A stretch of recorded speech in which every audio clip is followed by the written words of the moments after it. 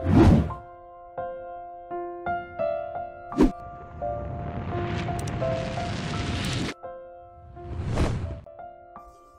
morning, class. My name is Joanna Simangan. You can call me Ma'am Joanna or Ma'am Joanne.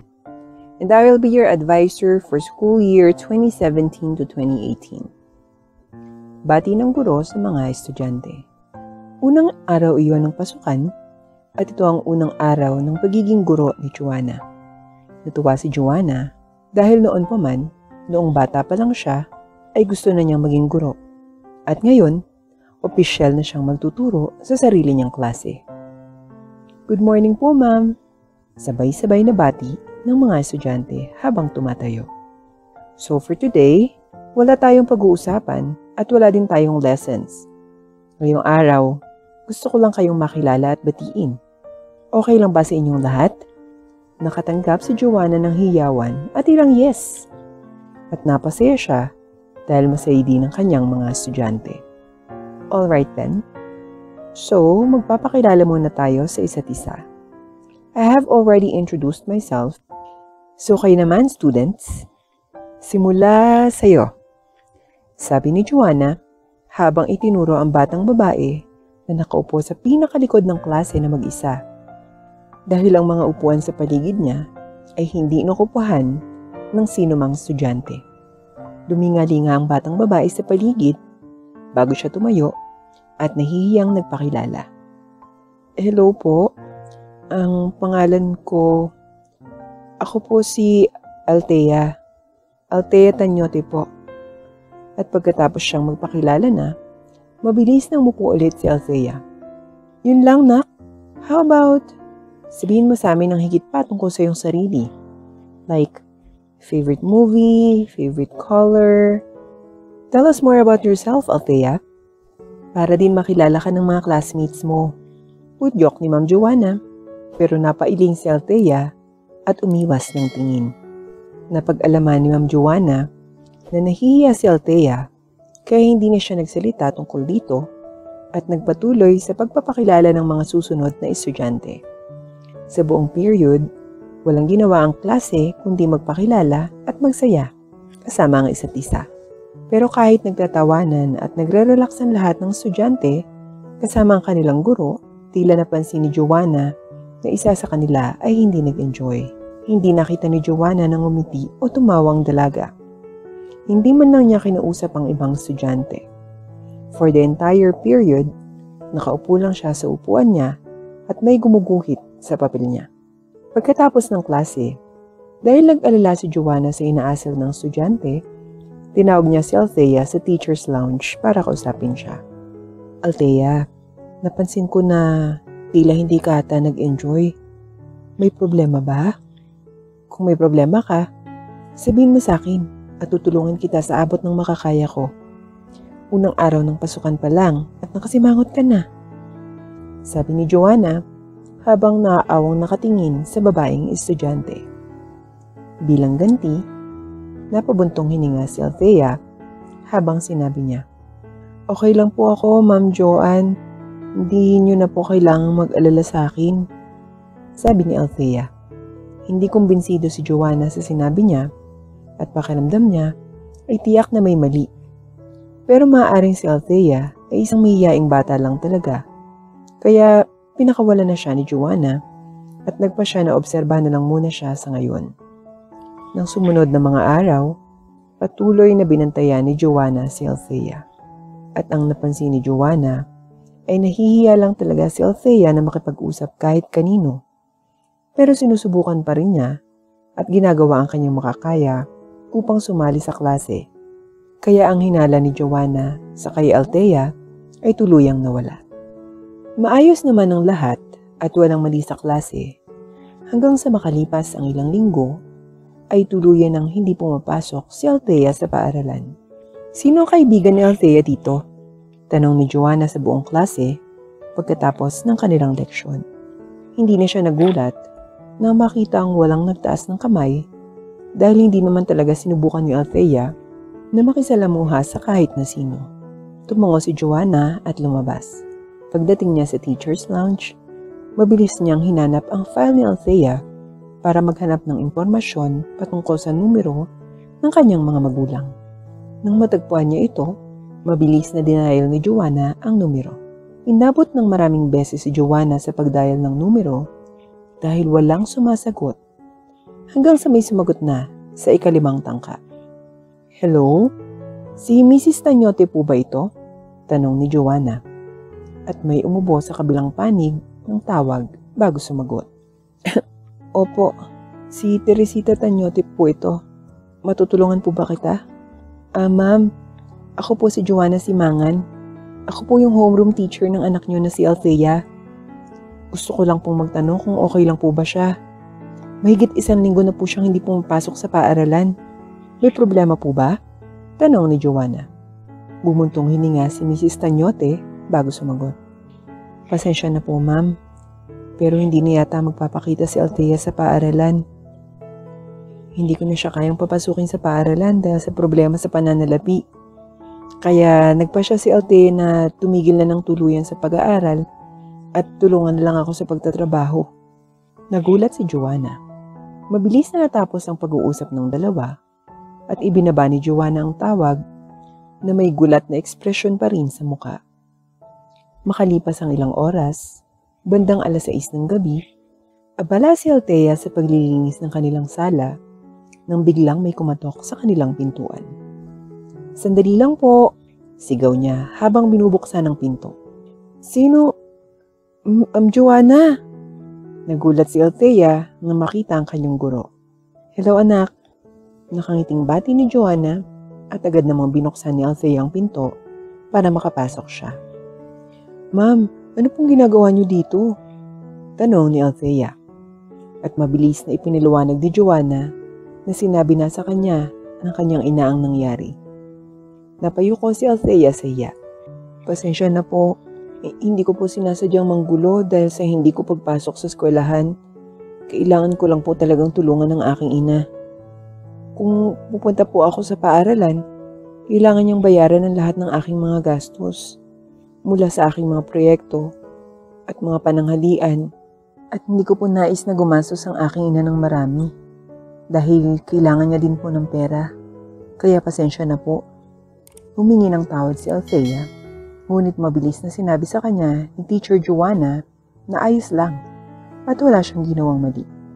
Kasabay nito, ang paglabas ng nanay ni Althea sa kanyang silid at nag-usap ang kanyang ina at guro ng mga bagay na halos hindi niya naiintindihan. Nagulat na lamang siya nang humarap sa kanyang ina na nakangiti. Althea, narinig mo ba yun? Si Ma'am Joanna ay handang magbayad para sa iyong mga gastos para lamang makapagtapos ka ngayong taon. Naku Ma'am Joanna, maraming salamat po talaga sa inyo. Labis ang pasasalamat ng nanay ni Althea kay Teacher Joanna. Maya-maya pa, matapos mapagtanto ang sinabi ng kanyang ina, nagsimulang magpasalamat din si Althea sa kanyang guro. At pagkatapos noon, naging mas madali ang buhay para kay Althea. Gaya ng ipinangako niya, binayaran ni Joanna ang lahat ng gastusin niya sa paaralan. Dahil dito, naging mas madali ang buhay ni Althea at ng kanyang ina dahil hindi na kailangan mag-alala ng kanyang ina tungkol sa paghiram ng pera sa mga tao para mabigyan ng pera ang kanyang anak. Pinadali din ito ang buhay ni Althea. Dahil kung hindi tumulong si Joanna, ay napag-isipan na ni Althea na kitilin ang sarili niyang buhay para lang hindi masyadong gumastos ang kanyang ina para sa kanya. Labis na nagpapasalamat si Althea sa ginawa ng kanyang guro dahil ito ang nagligtas sa kanyang buhay. At dahil sa tulong ni Teacher Joanna, matagumpay na nakapagtapos si Althea sa pag-aaral at siya ay nakagraduate. Nakahanap din ng bagong trabaho ang kanyang ina sa ibang lungsod. Dahil dito, naputol ang komunikasyon ni Teacher Joanna at Althea sa isa't isa at hindi sila nagkita hanggang sa makalipas ang ilang taon kung saan malaki na ang naabot ng batang si Althea. Ilang taon ang lumipas. Nagising si Joanna nang makita ang sarili na nakahiga sa isang kama sa loob ng isang ospital. Ipinaliwanag sa kanya ng mga nurse ang sitwasyon kung paano siya nakita ng ilang guro na nahimatay sa sahig. Kaya dinala nila si Joanna sa ospital. Lumipas na ang mga taon, ngunit guro pa rin si Joanna sa parehong paaralan at hindi siya tumigil sa pagtatrabaho. Habang lumilipas ang mga araw, tumatanda rin siya at nanghihina. Kasalukuyang may sakit si Joanna at nakaligtas lang siya dahil sa mga gamot na iniinom niya, ngunit tuluyan ang napagod ang kanyang katawan. Kaya naman, hinimatay siya. Ma'am Joanna, ikaw po ba yan? Nagulat si Joanna nang may tumawag sa kanya at mas nagulat siya nang lumingon siya at nakita ang isang pamilyar na tao. Althea, ikaw ba yan? Tanong ni Joanna sa babaeng doktor na nakatayo sa harapan niya. Opo, ako po ito. Naku, ano pong ginagawa niyo dito? Sabi ni Althea sabay upo sa tabi ni Joanna. Wala naman anak. Hinimatay lang ako pero okay na ako. Ikaw Althea, kamusta ka na? Nakangiting tanong ni Joanna kaya ngumiti din si Althea. Okay lang naman po ako, Ma'am Joanna. Ito po, doktora na po ako. Nagulat si Joanna sa balita. Talaga ba? Wow! Congrats sa iyo, Althea. Masayang-masaya ako na sa wakas natupad mo na ang hiling mo. Masayang sabi ni Joanna. Oo naman po. At lahat po ito ay dahil sa inyo. Kung hindi niyo po ako tinulungan ng estudyante pa lang ako, hindi ako magiging kung ano man ako ngayon. Kaya, salamat po ma'am. Utang ko po sa inyo ang lahat. Sabi ni Althea at mabilis namang umiling si Joanna. Naku Althea, hindi mo kailangang magpasalamat. Ginawa ko lang ang tama at kung ano ang nagpapasaya sa iyo. Kaya wala kang dapat ikabahala, sabi ni Joanna. Tumango si Althea at bigla siyang may naalala. Nakalimutan ko nga po pala. Ako po pala yung inyong doktor. Nakalimutan ko na kung anong dapat kong gawin dito. Sabi ni Althea habang tumatayo at napakamot sa ulo. Ang aksyon na ito ay nagpatawa kay Joanna. Naku, ikaw talagang bata ka. Pagkatapos ay sinimulang tingnan ni Dr. Althea ang health analysis ni Joanna. Nabigla siya sa kanyang nakita pero itinago niya ng maigi ang ekspresyon ng pagkagulat. Bumaligtad ang kaligayahan ni Althea habang nag-aalalang nakatingin kay Joanna.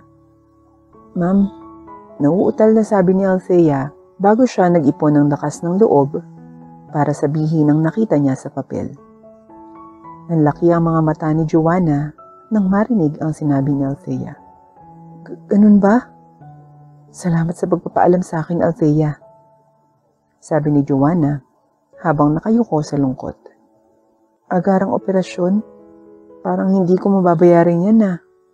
Nasa limitasyon na nga talaga ang katawan ko. Idinaan na lamang ni Joanna sa tawa ang sakit na nararamdaman niya. Malungkot na tingnan ni Althea ang dating guro niya. Matutulungan ka ba ng iyong mga anak sa mga bayad sa pagpapagamot? Tanong ni Althea pero umiling si Joanna. Hindi posible. Wala akong anak or asawa. May pamilya ako pero nasa ibang bansa sila at ayoko silang abalahin dahil halos hindi naman kami nag-uusap. Kailangan ko nilang tanggapin ang kapalaran ko sa ngayon. Sabi ni Joanna at lalong lumalim ang pagsimangot sa mukha ni Althea. Dapat may magagawa ako. Napaisip si Althea sa sarili. Sorry ma'am, pero kailangan ko na pong umalis. Kung kailangan niyo po ng anumang tulong, mangyaring tawagan niyo na lang po yung mga nurse. Babalik po ako, Ma'am Joanna, don't worry. Sabi ni Dr. Althea bago siya mabilis na umalis. Nagulat si Joanna, pero napag-isip-isip niyang malamang ay busy si Althea bilang isang doktor. Kahit hindi na lamang siya umimik. Humiga si Joanna hanggang sa tuluyang nakatulog siyang muli. Nang magising siya, nagulat siyang makakita ng ibang doktor. Ipinaliwanag sa kanya ng doktor na hindi na si Dr. Althea ang kanyang doktor at ikinalungkot ito ni Joanna. Pagkatapos, ay sinabi sa kanya ng doktor ang mga detalye at tungkol sa kanyang operasyon para sa susunod na linggo na labis na ikinagulat niya. Operasyon? Teka, hindi pa ako nagbabayad. Anong operasyon? Wala naman akong kamag-anak o anuman.